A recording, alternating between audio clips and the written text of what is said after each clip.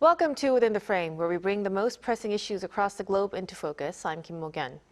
The Oscars have long been seen as the high stage in global cinema, and this year Korean content stood right at the center of that spotlight. At the 98th Academies Awards, K-pop Demon Hunters won Best Animated Feature and Best Original Song, a powerful sign that a story built on K-pop and Korean cultural elements can resonate far beyond Korea. Its theme song, Golden, also made history as the first K-pop song performed on the Oscar stage, drawing attention with a performance that blended traditional Korean music and dance. And although also Bugonia, based on the Korean film Save the Green Planet, did not win, its nomination itself marked another milestone for Korean content IP. So what do these results reveal about the expanding global influence and staying power of K-content? For a deeper discussion on this, we connect to Jason Bejervaise, Assistant Professor of the Office of International Affairs at Hanyang University. A big welcome. Hello, Mok-yeon. Thank you for having me. Thank you. And also joining us is Mark Raymond, Professor of Department of Media and Communication at Kwangwon University. Good to see you, Professor. Nice to see you. So let's start our discussion with Professor Bejervaise. So at the Academy Awards, K-pop Demon Hunters won Best Animated Feature and Best Original Song. Could this be seen as a sign that content that blends K-pop and animation can resonate in the global film market? Yeah, I mean, the popularity of K-pop, I think everyone is aware of that now following the success of BTS and Blackpink and many other groups. And then you have, animation. And animation is proving very resilient despite, a change in viewing habits. We've seen the success of movies like Inside Out 2, Zootopia 2, Japanese anime, Demon Slayer, and even in China, Ninja 2 generated $2 billion at the box office. So there's something really special going on in the realm of animation. And that's also true of K-pop. So, bringing them together, it seems like a no-brainer in a way. But, animated films take, a long time to make, and, we won't see the sequel until 2029. But I do think it is illustrative of the appeal of both K-pop and animation, and often that in terms of the demographics, I mean, K-pop Demon Hunters has attracted wide audiences, but it's a wide range of audiences, but it is the younger audiences, the younger viewers that are coming back for seconds, thirds, and watching it multiple times, and we've seen it hit 400, I think it was 482 million views last year. So an extraordinary amount of viewing time on Netflix. And so yes, I think the success at the Oscars does go to show its immense appeal. Definitely. So it really seems K-content is no longer just limited to one genre or one format. So K-pop Demon Hunters, it drew attention for its unique concept combining K-pop and elements of Korean culture. Professor Raymond, what do you think made this work stand out to the global audiences? Well, I think it's a kind of a combination of this kind of rising hybridity that is really sort of happening, that Korea has just been able to sort of take advantage of. That, like, for example, this film although it has a lot of Korean content in it, one of the filmmakers isn't Korean at all. The other is Korean Canadian, Maggie Kong. And you kind of saw in her Oscar speech tonight how sort of emotional she was and sort of dedicated the film, the award, to Korea and to being able to see people who look like her on screen. And I think this is what we're kind of seeing there is in America, you are getting, despite the fact that there's, of course, a lot of sort of backlash to this, there is also an increase in wanting to see more diverse kind of voices, more diverse people from different cultures, kind of a celebration of that. And the fact that this film has both those kind of elements in it. I mean, it is in English, even though there are, of course, some Korean lyrics in the songs, But for the most part, it is, I think, an example of this greater sort of global hybridity that Korea has done a very good job of basically being a part of. I think I would argue that it's kind of been able to integrate Korean elements into this kind of broader culture. And I think this is kind of a long gestating kind of thing where Korean cinema gets very big in the 2000s. We get Korean K-pop becoming gradually kind of more and more popular. And so I think that those combinations of things are kind of coming together now. And we've seen it in sort of other mediums as well, with, Parasite's Oscar win, for example, those kind of things. I think this is just kind of continuing on, and Korea's been very, very good at being able to keep this sort of momentum going since its kind of emergence on the global scene, and over 2 decades ago now. It's really interesting because it really shows global audiences are not just responding to music or K-pop, but also to Korean cultural storytelling as well. Now, with the Golden, the song, winning Best Original Song, Professor Vejvace, do you think it's a sign that K-pop is now expanding its reach beyond music and also into film? And what kind of boost could this give to the wider K-content industry? Yeah, I mean, K content now it's no longer, or K-pop or the wider culture industry is certainly no longer niche. And I mean, K-pop Demon Hunters obviously did very well at the Oscars, but it was winning all the precursors as well, like Critics' Choice, Golden Globes, the Emmys. It's just been completely dominant. It's mainstream, and it's remarkable actually its longevity. So I've been back to the UK a few times, and I just see how it's still in the top 10 charts, quite high up. Not weeks after it debuted, but months. It's really remarkable. Its staying power, and that's K content staying power is significant as well. People are exploring wider content. I mean, on Netflix, it's second only to American content.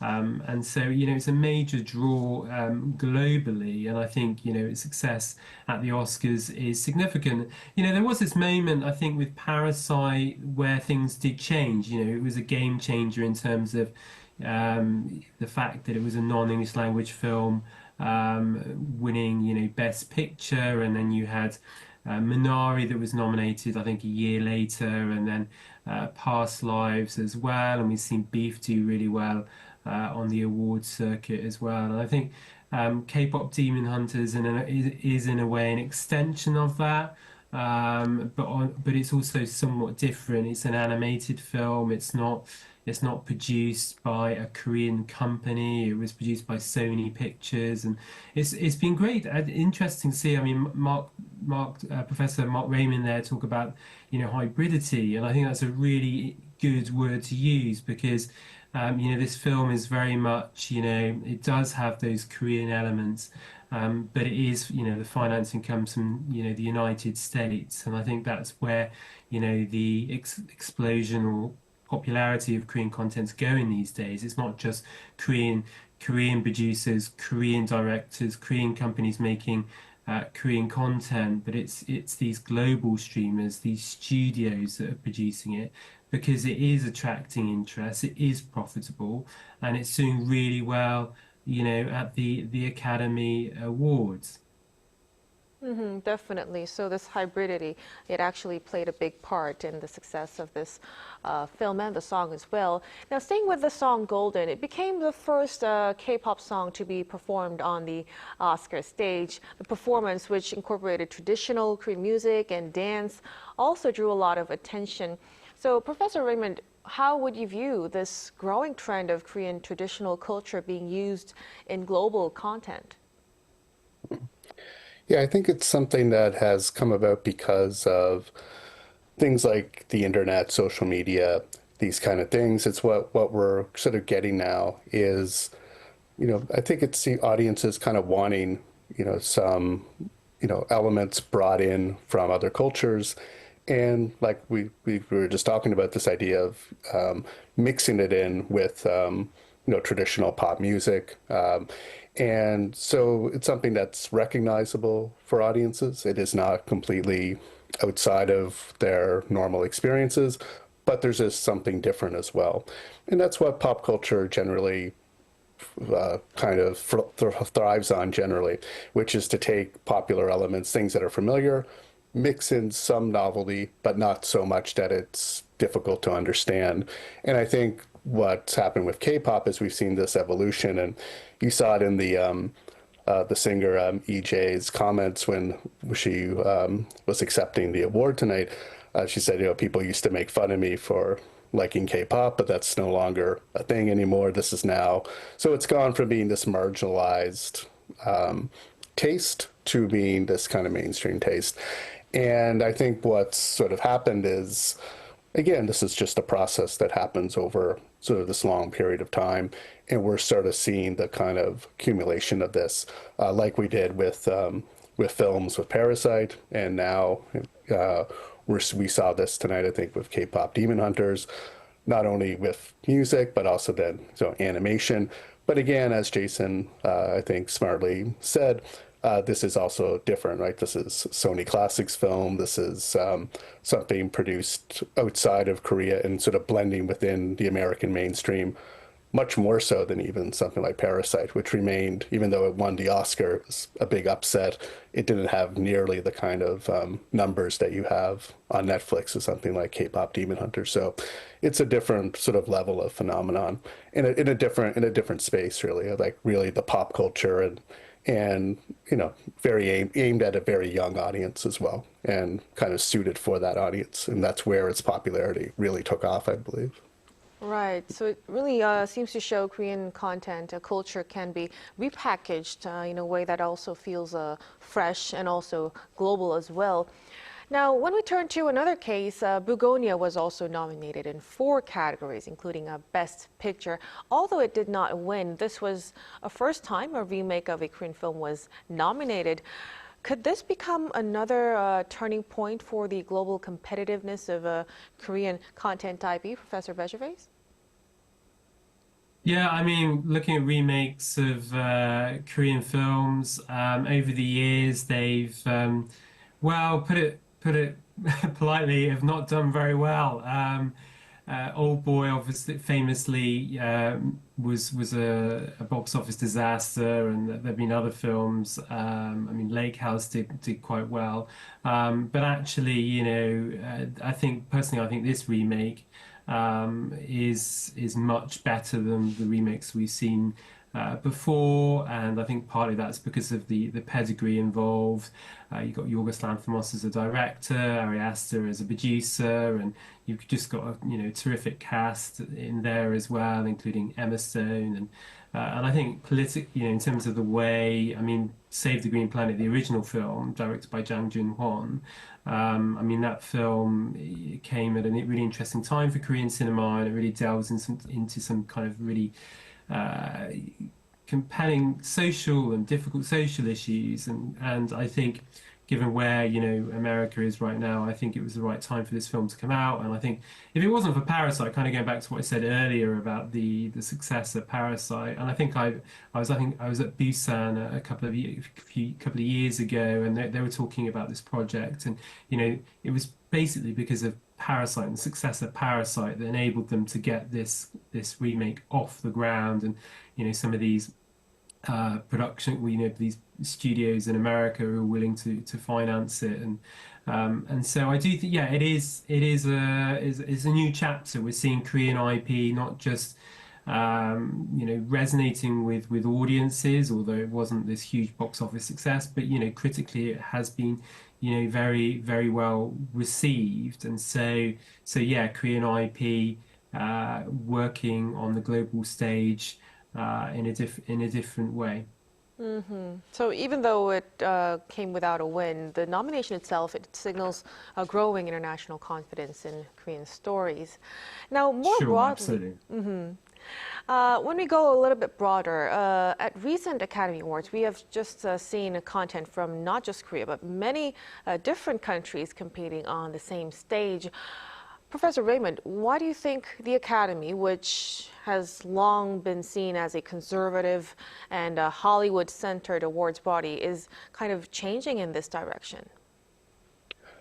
Well, basically, it comes down to a change in the makeup of the academy. That there were some big changes made, in the last decade or so, to make it more international, make it more diverse, and that has had sort of a big effect on the type of films that not only get nominated, but just the type of films that win. I know, for example, just for myself and like for people who are film critics or film scholars, more and more films now are not only getting nominated but even winning that are also topping critics list. And this year was a good example. One Battle After Another is a film that was universally acclaimed by critics and won Best Picture. And you saw that with Parasite as well. You just are getting more of that now than you did 10 to 15 years ago, where the selections, like you mentioned, were more kind of conservative, appealed to kind of older taste, were not really critically as respected, and that has really changed. And you are also getting more and more foreign films get nominated for Best Picture. You saw that this year with The Secret Agent from Brazil, Sentimental Value from Norway, and you also had a screenplay nomination for Jafar Panahi from Iran. So you had a lot of diversity in that sense. And to mention another Korean film, No Other Choice was shut out at the Oscars, but that was a bit of a surprise. And I think because it was just a really strong year for international films, I think in any other year it would have been nominated and might have even gotten nomination for Best Picture as well. But just this year happened to be a really strong year. And No Other Choice actually did very well at the box office in America. So it did, even though it didn't get the Oscar recognition, it did, it was quite successful. It was critically very well received as well. So that's sort of another example of, both Korean content, international cinema just expanding into the Oscars. And the Oscars are just very different now than they were in the past. And that's reflecting also the fact that movies are just in a very different place now than they were 10 to 15 years ago. They're less central to the culture, and therefore there's more different types of films, more strange films, more challenging films getting nominated, even winning, than you used to see in the past. Now, when we look ahead, global OTT platforms have recently played a major role in the spread of Korean content.